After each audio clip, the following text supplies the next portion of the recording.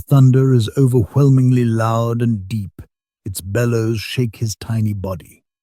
The jungle canopy above does little to protect him as the wind hurls rain against his soft skin, stinging him like merciless hornets. His mother holds him tight, but there's no time for comfort. She cannot stop to console her crying child as she herself is struggling to catch her breath. She must keep running and stay in front of her husband as he guards their rear, each of them trying to fulfill their instinctual duty to protect their child, Lucas.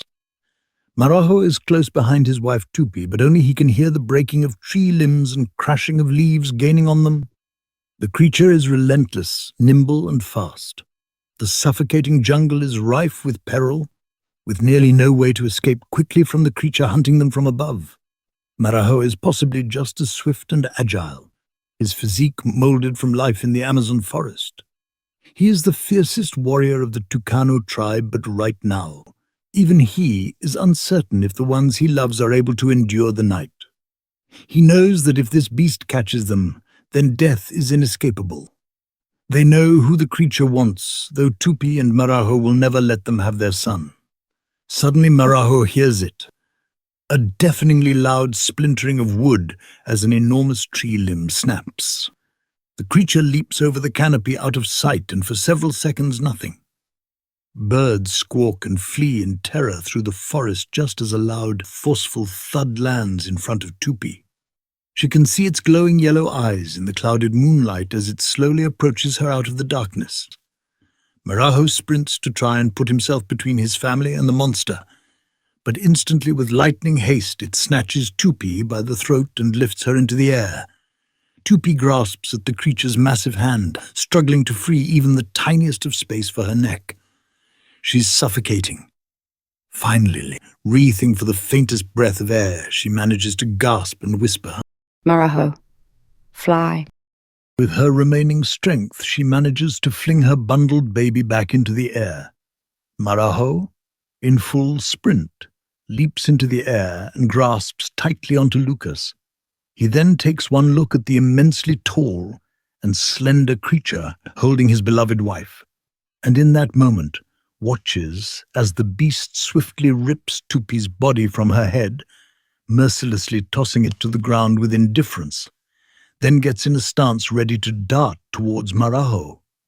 Without hesitation, Marajo flees, no longer being held back by his departed love, and jumps into the trees above, leaping from one tree limb and vine to the next with baby in tow. His acceleration and agility are so unmatched that it's believed amongst his people that he was granted the ability to fly from their ancestors. He leaps and bounds through the canopy above, looking for some sign of a village or other humans nearby. Without warning, a massive, hairy, human-like hand grabs his leg from the darkness below. Marajo absolutely cannot risk them getting his son. I have no choice, his thoughts and emotions now conflicted. He makes a decision. As his heart fills with sorrow and hope, he rears his brawn yet toned arm to slingshot Lucas far over the tree line. Then effortlessly and precisely, using his many years of hunting experience, immediately launches his bola. This bola, seemingly divine and guided by his father's will, chases Lucas over the trees, then down through the leaves.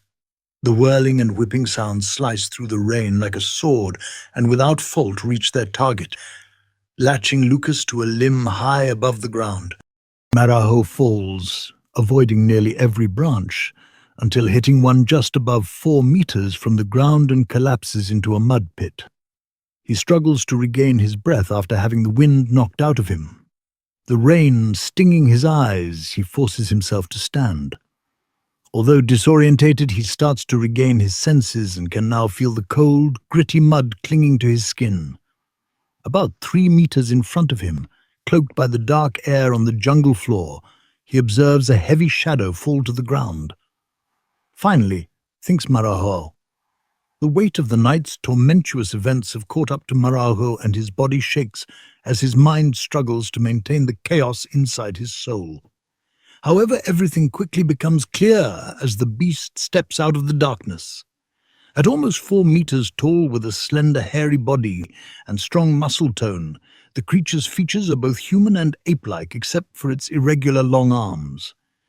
Unmistakably, the creature is a Queen. Maraho finally regains his composure.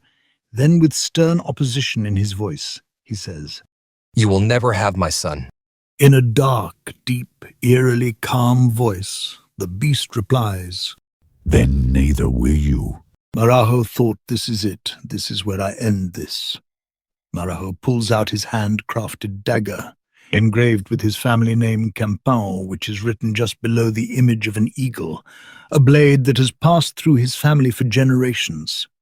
He steadies his breathing and allows his fear to heighten his senses. His resolve is unyielding, and he assumes an offensive stance. "You humans can be fierce, but that alone won't be enough to stop the Vasitri," says the ape-man.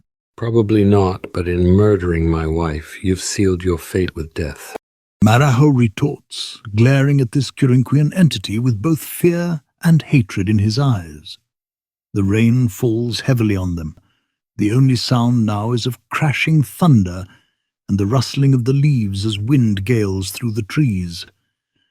Lucas's cries are out of earshot, and Maraho has no idea if his son has survived the fall. But even death would be better than allowing the Vasitri to capture him. The tension in the air is heavy, and in this briefest of moments, time is non-existent. Water droplets hover motionless, and the two move with such inhuman speed that lightning has no time to clear the night sky. They crash into one another, the force of the collision so frightfully immense that an eruption of pressure escapes from the released tension, forcing away the rain in all directions. Blood is spewed extensively and sprayed over the fauna surrounding them. In a single swift motion it was over, and in the darkness both fell seemingly lifeless into the mud.